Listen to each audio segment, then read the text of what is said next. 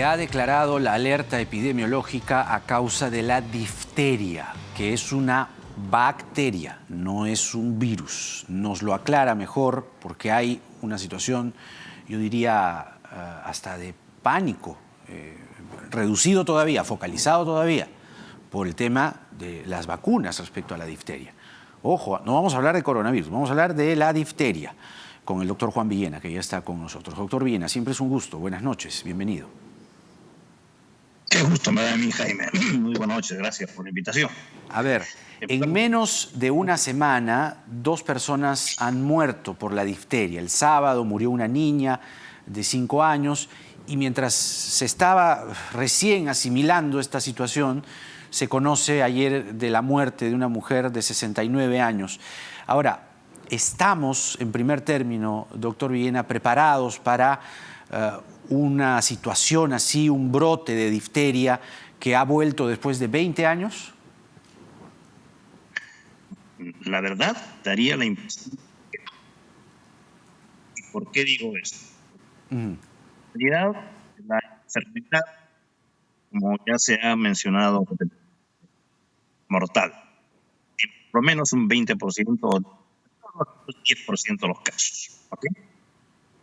Y para que no suceda, se tiene que atender rápidamente con la toxina diftérica a las personas que tienen la enfermedad.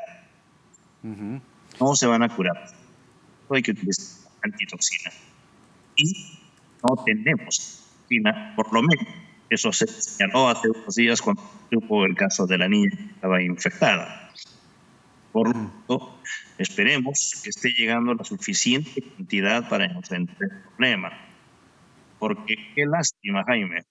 Me apena decirlo, pero esta situación es dramática y es vergonzosa. ¿Cómo es posible que la cobertura durante estos últimos años no haya sido lo suficientemente adecuada como para que estemos protegidos todos los peruanos? O sea, no puede ser que haya noticias o que se esté mencionando que no ha llegado la cobertura ni siquiera al 70%. Esto es grave. Lógicamente que estos últimos meses no ha sido posible vacunar a nadie, pero el nadie, en nuestro entendimiento, es a ningún niño. Porque los adultos no nos vacunamos hace mucho tiempo, dado que como no hay la infección, probablemente eso nos hace pensar que no debemos vacunarnos. Pero le comento. A ver. Después de la vacuna se hace el primer año hasta los 5 años y después nos olvidamos y cada 10 años debiéramos vacunarnos. Porque en 10 años se acabó la protección de la vacuna contra... Eso, detengámonos allí porque hemos tenido un pequeño tropiezo al inicio con el audio que no se ha escuchado claramente. Entonces, vamos despacito, que estamos apurados, como dice el doctor Huerta. La protección de la vacuna es de 10 años, es decir, aquellos niños, que fueron vacunados en su momento, 10 años después tienen que volver a ser vacunados, incluso también los adultos. Así debiera ser. Así debía ser, pero no ha sido. No ha sido. Y en parte es entendible, Jaime, porque si la enfermedad ya no está con nosotros hace 20 años, podemos entender que nadie se esté vacunando. Le voy a decir, ¿yo me vacuno después de mis 10 años todo el tiempo? La verdad es que no. Hace más de 20 años que tampoco me vacuno, dado que no existe esta difteria como para que estemos preocupados por ella. Tétanos tampoco es una enfermedad en que tengamos que estarnos preocupando porque no es el riesgo tan grande. En cambio, por ejemplo, personal del ejército, la marina, la aviación, ellos sí se vacunan permanentemente contra el tétanos y seguramente han estado recibiendo en la vacuna, que es doble, protección para difteria también. ¿Ok? Pero ciertamente, si no ha habido vacuna en adultos es porque la enfermedad estaba ausente, lo cual no significa que los niños no hayan tenido que ser vacunados durante todo este tiempo. Especialmente estos 8 meses o 9 meses decimos, bueno, pues por culpa del COVID no se vacunó a la población. Pero los últimos... ¿Qué ha pasado estos últimos...? O sea, ahí ha fallado las políticas de salud pública. Yo le cuento un caso personal. Estamos queriendo buscar en casa vacunas hicimos las consultas a algunos laboratorios y no hay. Y hemos podido saber que en el municipio de nuestra zona están haciendo campañas de vacunación, se están haciendo campañas de vacunación en los municipios. Pero, por ejemplo, a nuestro hijo le toca un refuerzo, pero están agotadas.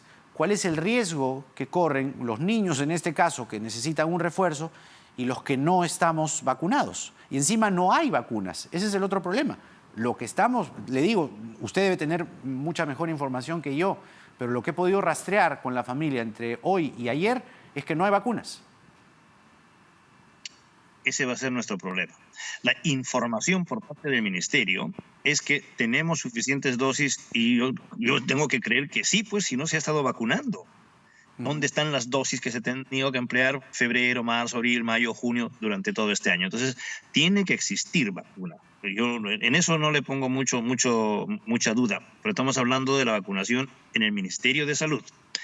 En las clínicas privadas probablemente podría haber algún déficit porque no han estado vacunando a nadie y quizás tengan ese problema. No le voy a dar información sobre la parte privada porque no la tengo efectivamente. No, lo que justamente ya se acabaron en el municipio. Tampoco, ya no hay, las campañas que estaban haciendo en el municipio tampoco hay. O sea, el Estado tampoco está ofreciendo lo suyo. Entonces, nuevamente, disculpe que insista con la pregunta, doctor, pero con este temor, pánico entendible de la pandemia del virus, ¿estamos expuestos ante otro riesgo? ¿En qué condiciones? Porque entiendo que la forma de contagio es parecida al coronavirus, ¿no? El aerosol, el contacto cercano, pero si estamos ya premunidos con mascarillas y todo lo demás, ¿eso podría controlar el avance de la difteria o no? Ok, muy buena la cuestión, porque son dos temas diferentes. Uno es el tema de la vacuna, que le estoy entendiendo, ya está claro que estamos con déficit de vacuna. Número uno. Tanto va a ser un poco difícil vacunarnos todos. Y aquí viene la segunda parte. Usted me dice, ¿y esta enfermedad es más grave o menos grave que el COVID? Recontra más grave. El COVID no llegan al 5% los que mueren, y aquí estamos hablando de por lo menos el 10% que mueren por esta enfermedad. Caray. Y estamos viendo lo que está pasando. 2 fallecidos y no estamos en 10 personas. ¿Ah? ¿Se da usted cuenta? O sea, sí, la mortalidad es mayor. Y si no hay tratamiento, si no tenemos antitoxina para darles inmediatamente como se sospecha la infección, porque vea usted, llega un niño, está con dolor de garganta, tiene fiebre, sospechamos que tiene difteria, le colocamos la antitoxina. Porque si esperamos a que se haga evidente la infección viendo las lesiones que hay en la garganta, ahí está la membrana, ya, parece que es difteria. Tómenle la muestra para ver cuál es el diagnóstico exacto. No. Los médicos hemos aprendido, porque así nos enseñaron nuestros maestros desde niños, desde que fuimos alumnos, claro, que cuando uno sospecha difteria, inmediatamente le da el tratamiento. No se puede esperar a confirmar el diagnóstico porque la toxina se lleva al paciente. Compromete el corazón, una miocarditis severa. Esto es mucho más grave y más mortal. Sin duda. Así es. Ahora, la transmisibilidad quizás sea algo menor. Ya. Pero, y tal vez, hay que reconocer, las mascarillas nos pueden proteger más. Son bacterias un poquito más grandes que los virus, ¿no es cierto? Lo que se transmite es una bacteria, que es el Corynebacterium. El Corynebacterium no nos hace daño, lo que nos hace daño es la toxina que produce esta bacteria, ¿no es cierto? Claro. Y que dicho sea de paso, es una bacteria que ha sido infectada por un fago, así se llama, un bacteriófago, un virus si usted quiere, que le pasa en su ADN la orden para sintetizar la toxina. O sea, está más sofisticada, más evolucionada la bacteria que hace 20 años. No. La bacteria sigue siendo la misma y sigue teniendo el mismo bacteriófago, o sea, un virus que ha infectado a esa bacteria. Dentro de los... Bueno, Corynebacterium es la especie, es el género. Corynebacterium es el género, Corynebacterium diphtheriae, digamos, es la más frecuente de las especies que transmite la enfermedad, que produce la enfermedad, ¿ok? Sí. Muy bien. ¿Pero qué estamos hablando ahora? Estamos hablando de que, como otra vez, Corynebacterium tóxica, o sea, que tiene la toxina, que produce la toxina está generando enfermedad en nuestro país. ¿Qué ha pasado? Este es un tema de vacunación. Este es un tema de falta de cobertura de vacunación durante este tiempo, porque no tiene por qué estar sucediendo algo que en nuestro país 20 años no sucedía. Es verdad, Venezuela, Brasil han tenido y tienen todavía algunos episodios, pero nosotros ya estábamos absolutamente protegidos contra esta enfermedad. Entonces, sí, personalmente me llena de preocupación el que vayan habiendo varios casos y sobre todo ya está muriendo gente. Esto no debe suceder en nuestro país. O sea, la Pero vacunación tiene que ser hay un inmediata. problema de distribución, si usted quiere, o de logística, porque usted bien señalaba, el Ministerio de Salud dice que el Perú cuenta con vacunas suficientes contra la difteria, que antes de la pandemia ya habían cubierto todos los almacenes del país, pero ¿de qué sirve que estén en los almacenes si, como le cuento, en un caso personal que estamos averiguando, el municipio dice que ya no hay vacunas? Lo siento mucho, dice el municipio, ya no hay más. Entonces, ¿hay un problema de distribución o qué? Eso sí nos tiene que preocupar. Hace unos minutos yo decía, si es que hay dificultades en el propio ministerio para llegar en las postas a todas las personas que pueda vacunar, que haga uso de los colegios para que no se aglomere la población. Tengo 50 centros asistenciales para vacunar 1 millón de personas, 1 millón en 50 centros, demasiada gente.